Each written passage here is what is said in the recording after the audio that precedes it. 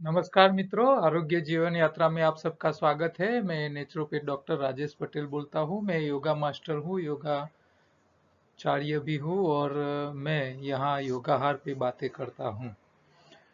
योगाहार का मतलब है आहार का इंजीनियरिंग। आप शरीर को एक मशीन की तरह देखिए और शरीर को ठीक रखने के लिए जो कुदरत के नियम है, कानून है, उसको आपको समझ लेना आवश्यक है। आहार का इंजीनियरिंग सबको लागू होता है, छोटे बच्चे से लेके बुजुर्ग तक। तो आरोग्य का पंचामृत क्या बोलता है? शरीर को कहाँ से समस्या आती है? तो सिंपल सी बातें हैं। एक है, बीमारी आती है बिना चबाया पकाया खुराक तीनों टाइम खाने से। यानी कि आप एसिडिक खुराक तीनों टाइम खाओगे, चबा के खाओगे नहीं, तो कॉन्स्टिपेशन होगा, सड़न होगा और फिर बाद में समस्याएं आएगी। हम सबको पता है, कब्ज ही सारी बीमारी की जड़ है। तो कब्ज रहनी नहीं चाहिए, इसीलिए चबा के खाने का रखो और तीनों टाइम पकाया मत खाइए। हाँ, आप मजदूरी करो तो खाओ, लेकिन मजदूरी नहीं करते हो तो 3 टाइम मत खाओ। बीमारी नहीं आती है कच्चा यानी कि अल्कलाइन खुराक से।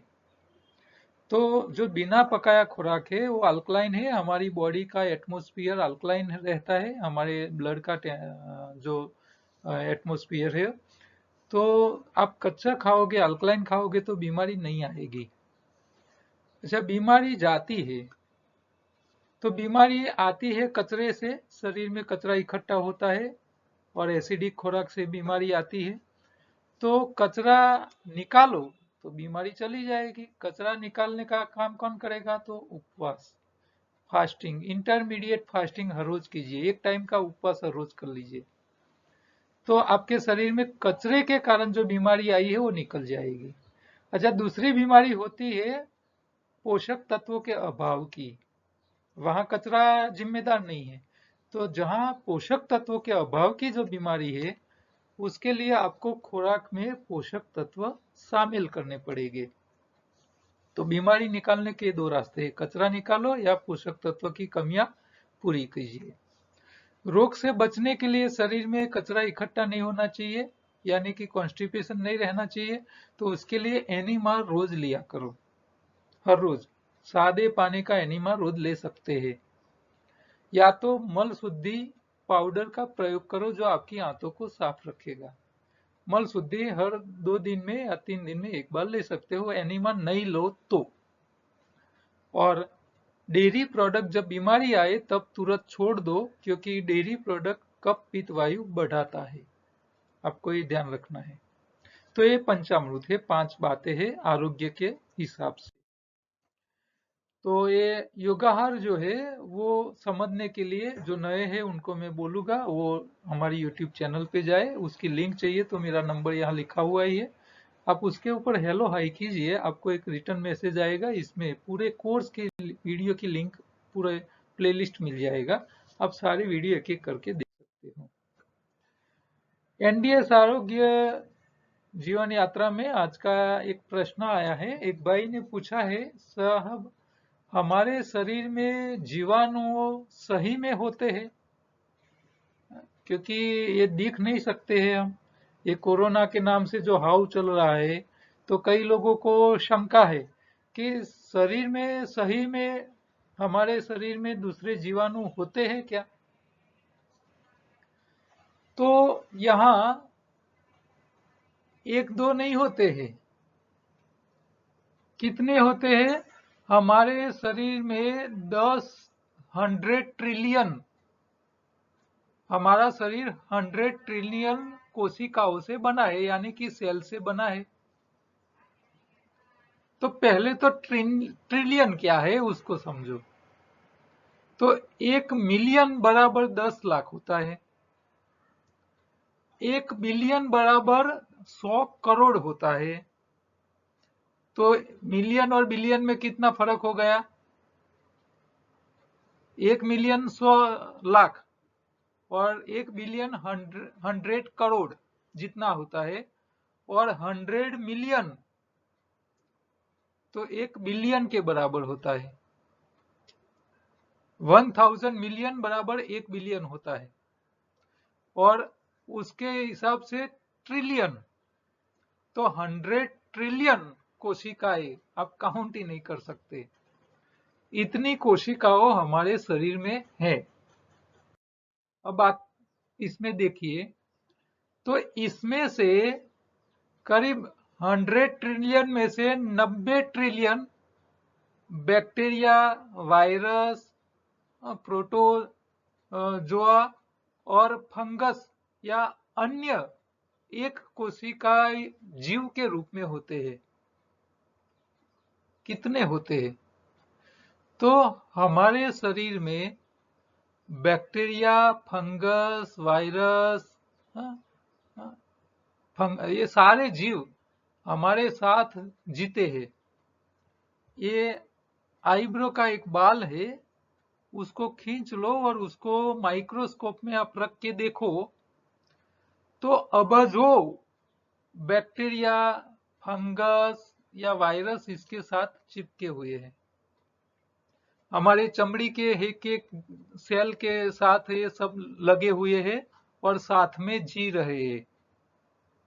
साथ में ही हमारे मुंह के अंदर भी साथ में है। हमारी ये आंख की जो लीड है, ये इसके बाल के साथ भी ऐसे लाखों करोड़ों बैक्टीरिया हमारे साथ जीते हैं। तो इसका काम क्या है? हमारे शरीर के अंदर जो बैक्टीरिया है, फंगस है या जो भी है, जीव है छोटे छोटे, तो इसका काम क्या है? हम इसका कैसे उपयोग करते हैं? तो हम अपने लाभ के लिए ये जो बैक्टीरिया है सबका हम शोषण करते हैं, खाते हैं। वो एंजाइम्स बनाते हैं, हार्मोन बनाते हैं, वो सारे का हम उपयोग करते हैं। उसका जो आनुवंशिक जो सामग्री है, आरएनए है, डीएनए है, वो भी हमारे शरीर के लिए काम की होती है। हमारे शरीर का जेनेटिक डिजाइन में उसका भी उपयोग होता है। तो हम सिर्फ अनाज खाते हैं या जो खुराक खाते हैं वो अकेला काम में नहीं आता है। हमारे शरीर को बनाने में ये सारे बैक्टीरिया और सारे प्रकार के जीव, एक कोशीय जीव हमारे साथ शरीर के अंदर भी है। हमारी आंत की जो छोटी आंत की लंबाई है ना, करीब 28-30 फुट लंबी है। इसके अंदर एक करोड़ों अबजों संख्या में ये रहते हैं। जैसे आप खेत होता है ना, तो खेत में जो पौधा लगाते हो आप, तो इसके अंदर खाद डालते हो, गोबर डालते हो आप। तो ये गोबर आपने जो पौधा लगाया है जमीन में, वो पौधा का मूल जो है, वो क्या गोबर सीधा खा लेता है? वो सीधा नहीं खा सकता। ये गोबर को मूल खा सके, उसके लिए उसको कंपोस्ट करना पड़ता है, उसको सड़ाना पड़ता है, उसको फर्मेंट करना पड़ता है। और वो फर्मेंट करने वाले बैक्टीरिया होते हैं। वो बैक्टीरिया कौन पैदा करता है? तो केचुए, अरसिया, गुजराती में अरसिया कहवाय, हिंदी में केचुए बोलते हैं, अर्थवर्म बोलते हैं अंग्रेजी में। तो ये अर्थवर्म जो होते हैं, केचुए जो होते हैं, वो गोबर खाते हैं और उसमें से जो मल निकलता है, वो मल एक बैक्टीरिया के साथ होते हैं और वो बैक्टीरिया का काम है ये जो सारा एग्रो वेस्ट है उसको कंपोस्ट करना और ये वनस्पति को खाने लायक खुराक तैयार करके देने का। तो जैसे एग्रो वेस्ट और वनस्पति के बीच में ये बैक्टीरिया काम करते हैं, तभी ये वनस्पति जिंदा रह पाती है, उसको खुराक मिल पाता है और हमारे लिए खाना मिल पा रहा है। ये वनस्पति, ये धरती हरी भरी दिख रही है इसके कारण। तो इसी तरह शाकाहारी प्राणी के शरीर और उनके खुराक के बीच में ये माइक्रोब्स, सूक्ष्म जीवाणु जो बैक्टीरिया है शरीर के काम के, वो अंदर हमारे शरीर में अबजों की संख्या में है। वो हमारे खुराक को हमारे शरीर के लिए डाइजेस्ट करने लायक तैयार करते हैं। फिर हम उसका जो सब है, जो बैक्टीरिया है, वो मरते भी है, नए भी पैदा होते हैं, मर जाते हैं। तो मरा हुआ बैक्टीरिया का भी हमारा शरीर उसका उपयोग कर लेता है, उसके एंजाइम्स और हार्मोन और सब बनाने में उसका प्रयोग कर लेता है। और फिर हमारा शरीर जिंदा रहता है। हम करोड़ों जीवाणुओं के सहारे जी रहे हैं, उसके शरीर को भी हम खा रहे हैं, तभी हम जिंदा रह पाते हैं, इसके अलावा हम जिंदा नहीं रह पाते। तो हमारे शरीर में ये सब हजारों साल पहले था, अभी है और आने वाले हजारों साल रहने वाले हैं। हमको उनको जिंदा रखना है, हमको उसको मारना नहीं है। हा? हमने क्या किया देखो, हम खेतों में क्या ले आए कि जो खाद था गोबर जैसा, जो कुदरती खाद था और ऑर्गेनिक खाद था, मैन्योर जो था, उसकी जगह हम यूरिया डीएपी ले आए, केमिकल ले आए, दवाई के लिए पेस्टिसाइड ले आए, जंतुनाशकों से बचने के लिए, जंतुनाशक ले आए जंतुओं से बचने के लिए, रोग ना आए इसके लिए वनस्पति में, खुराक में, पाक में, फसल के अंदर। तो वहां से क्या हुआ कि हमने यूरिया डीएपी डाल दिया, खेतों में क्या हुआ, ये माइक्रोब्स थे, छोटे छोटे बैक्टीरिया थे, वो खत्म हो गए। तो बैक्टीरिया का काम क्या था, और जो कचरा है वो एग्रो वेस्ट है, उसको कन्वर्ट करके वनस्पति को खुराक देने का जो प्रोसेस था, वो काम था, वो खत्म हो गया। हमारी खेतों की उत्पादक क्षमता नष्ट हो चुकी है। इसी तरह हमने क्या किया, ऐसा खुराक खाया, ऐसी दवाइयां खाते रहते हैं, वो दवाइयां हमारे शरीर में अच्छे बैक्टीरिया जो हमारे शरीर के काम के होते हैं, उसको हम मार रहे, और उसकी कॉलोनी कम होती जाती है। हमारे शरीर को सही पोषक तत्व, न्यूट्रिशन नहीं मिल रहे, इसीलिए हमको बाहर से सारे टिकड़िया, विटामिन की टिकड़िया, फलानी टिकड़िया, आयरन की टिकिया, वो सब खाने पड़ते हैं।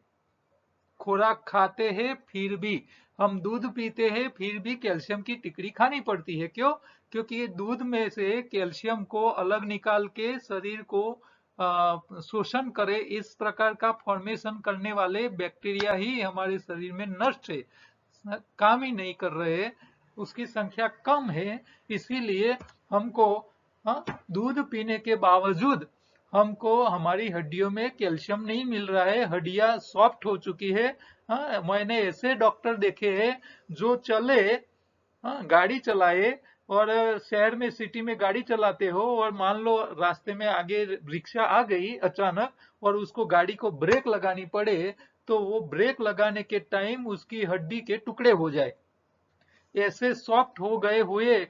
और किसी आम आदमी का नहीं, ऐसे डॉक्टर जो हड्डियों के स्पेशलिस्ट है, हड्डियों के स्पेशलिस्ट है, ऐसे डॉक्टर की हड्डी ऐसी हो गई है, और वो ऐसा मानते हैं कि मेरी बीमारी लाखों में एक दो को होती है, और मुझे पूरी जिंदगी उसकी दवाई खानी पड़ेगी, स्टीरोइड खाना पड़ेगा। तो ये आधुनिक साइंस की हालत क्या हो गई है, आप सोचिए। वायरस, एक अकेला वायरस, ये शरीर में हम इतने जीवों के साथ जीते हो, तो ये वायरस क्या करेगा? कुछ नहीं करेगा। हाँ? करना नहीं चाहिए। तो हमारे शरीर में कई सहजीवी है, हाँ हाँ, लेकिन कई ऐसे होते हैं जो रोगजनक भी होते हैं, बीमारी भी लाते हैं। तो उसको हमको, हमारा शरीर जो है उसको कंट्रोल में लाने का वो ट्रेन लिया हुआ है, वो अंकुश लगाता है, अपने हिसाब से वो सारा काम निपटा देता है। जैसे हमारे शरीर में सर्दी की मौसम गई और गर्मी की मौसम स्टार्ट होती है, तो हमारे शरीर में जो कफ जमा है वो निकलता है। ये अभी ये कोरोना काल में यही तो चल रहा है। तो उसको संभालने का शरीर काम कर लेता है, जरूरत पड़े शरीर को गर्म करता है, जो वायरस हो चुके हैं उसको गर्म करके बॉडी को टेम्परेचर देके शरीर खुद ही उसको मारने की प्रक्रिया सीखी हुई है। कुदरत ने सारा नियम बता दिया है, कुदरत ने सारी ट्रेनिंग दे दी है हमारे शरीर को। लेकिन हमको जैसे ही बुखार आता है, हम तुरंत डॉक्टर के पास चले जाते हैं, दवाइयाँ खा लेते हैं, शरीर को जो कचरा जलाना था, जो वायरस को मारना का था, वो मारने की कामगिरी में हम खड़े उसको बंद करवा लेते हैं। फिर शरीर क्या करता है कि वो कचरा आपने जलने नहीं दिया, तो वो कचरा शरीर में बच जाता है, बैक्टीरिया वायरस, जो कोरोना जैसे वायरस जो है वो और बढ़ते हैं। फिर उसको मारने का दूसरा हथियार शरीर एडॉप्ट करता है, वो करता है आपके ऑक्सीजन लेवल को कम करने का। ऑक्सीजन लेवल कम करता है, आपके शरीर में ऐसे श्वासोश्वास की सिम्टम्स नहीं आती है, लेकिन आप चेक करो तो आपका ऑक्सीजन लेवल कम करता है। आप टेंशन में आ जाते हो, 90 से कम चला जाता है, तो गाइडलाइन आ जाती है कि आपको तो एडमिट करना पड़ेगा। एडमिट कर लेते हैं, स्टीरोइड देना चालू कर लेते हैं, ऑक्सीजन के बोतल देना चालू कर लेते हैं, आप एक साइड ऑक्सीजन देना चालू कर लेते हैं। वो वायरस को मारने का जो काम कर रहा था शरीर, उसमें भी आपने बंद करवा लिया, शरीर तीसरा कोई हथियार पकड़ेगा। ऐसा करते करते आप उसको काम ही नहीं करने देते हैं, और शरीर की एक एक सिस्टम कोलैप्स होते जाती है, और बाद में शरीर खत्म हो जाता है, खत्म हो जाता है। शरीर को देखना, सुन लो, सीख लो, शरीर क्या बता रहा है, शरीर सिग्नल क्या दे रहा है। आपको गला पकड़ा है, आपको भूख और प्यास नहीं होती है, वो कुदरती नहीं होती है। वो समझ लो कि तुमको प्यास नहीं लग रही है, तुमको भूख नहीं है, खाना छोड़ दो, 1 या 2 दिन खाना कम कर लो, अपने आप ठीक हो जाओगा। शरीर तब तक अपना कचरा का निकाल कर देगा, आपको कोई दिक्कत नहीं आएगी। ये हमको सीखना पड़ेगा। तो हम सभी ने अब तक अपने कई माइक्रोबायोजम की प्रमुख आबादी जो काम के है उसके साथ जीने का संतुलन हमने सीख लिया है, और शरीर कुदरत सिखा लेता है। हमको सिर्फ शरीर को सुनना है, उसको अनुभव करना है कि शरीर क्या कहना चाहता है, और कुछ करना नहीं है। मैं नहीं आयुर्वेद वालों के ऊपर ब्लेम करता हूँ, नहीं एलोपैथी वाले के साथ करता हूँ। शरीर, ये दूसरे दुनिया के इतने सारे मनुष्य के अलावा जितने भी प्राणी इस धरती पे रहते हैं, हाँ, हम तो गांव में रह के आए हैं, खेडूत पुत्र है, हमको पता है कि जब गाय भैंस बीमार पड़ती है तो अपने आप खाना छोड़ देती है। उसके आगे किसी भी प्रकार का नया घास ला के दे दो, अच्छी मिठाई रख के दे दो, तो भी वो मुंह में नहीं डालती है, वो खाता नहीं है। और जब तक वो बीमारी में से बाहर नहीं आ जाता है प्राणी, तब तक वो खाना पीना छोड़ देता है। ये छोटी सी समझ, ये अबोल, अनभण, अनपढ़ प्राणी को है, मनुष्य को नहीं है। क्यों? क्योंकि हमको हाँ, बाहर से ये हमारा ज्ञान था आयुर्वेद का, लंघनम परम औषधि, वो ज्ञान को दबाया गया है। आयुर्वेद के हमारे सांस्कृतिक जो हमारे शरीर को संभालने की जो बातें थी, योग आयुर्वेद सब, वो सबको दबाया गया है, और एलोपैथी हावी हो चुका है। आज यही बड़ी समस्या है। तो अकेला वायरस इतना तबाही नहीं मचा सकता है, ठीक है। तो वायरस को कंट्रोल करना हमारा शरीर ने सीख लिया है। सिर्फ आपको सीखना है सिंपल सा, शरीर को सुनो। हाँ?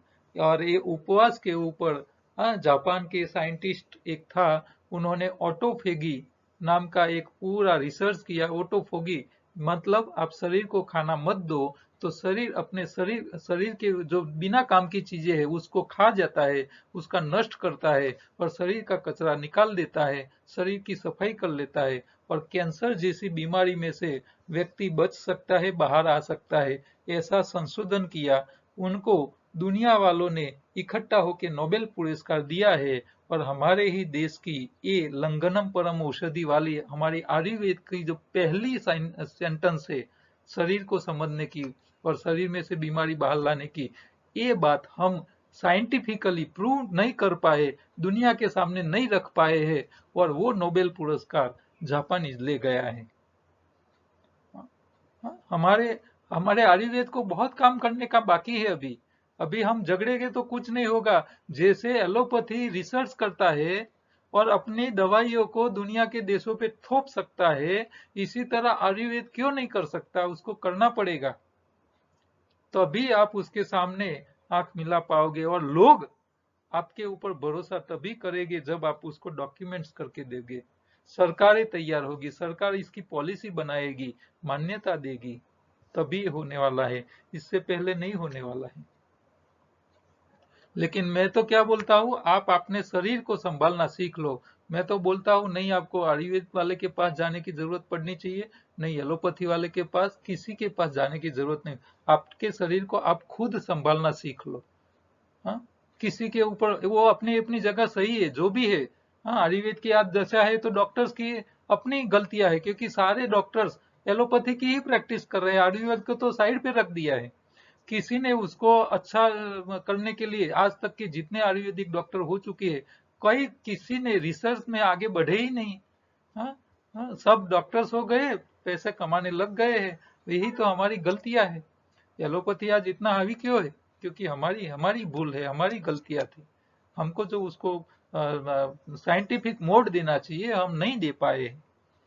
और अंग्रेजी में बोलने वाले लोगों ने अपनी अच्छी अच्छी भाषा, अपने नए नए शब्द दे दे के लोगों को प्रभावित करके रखा है।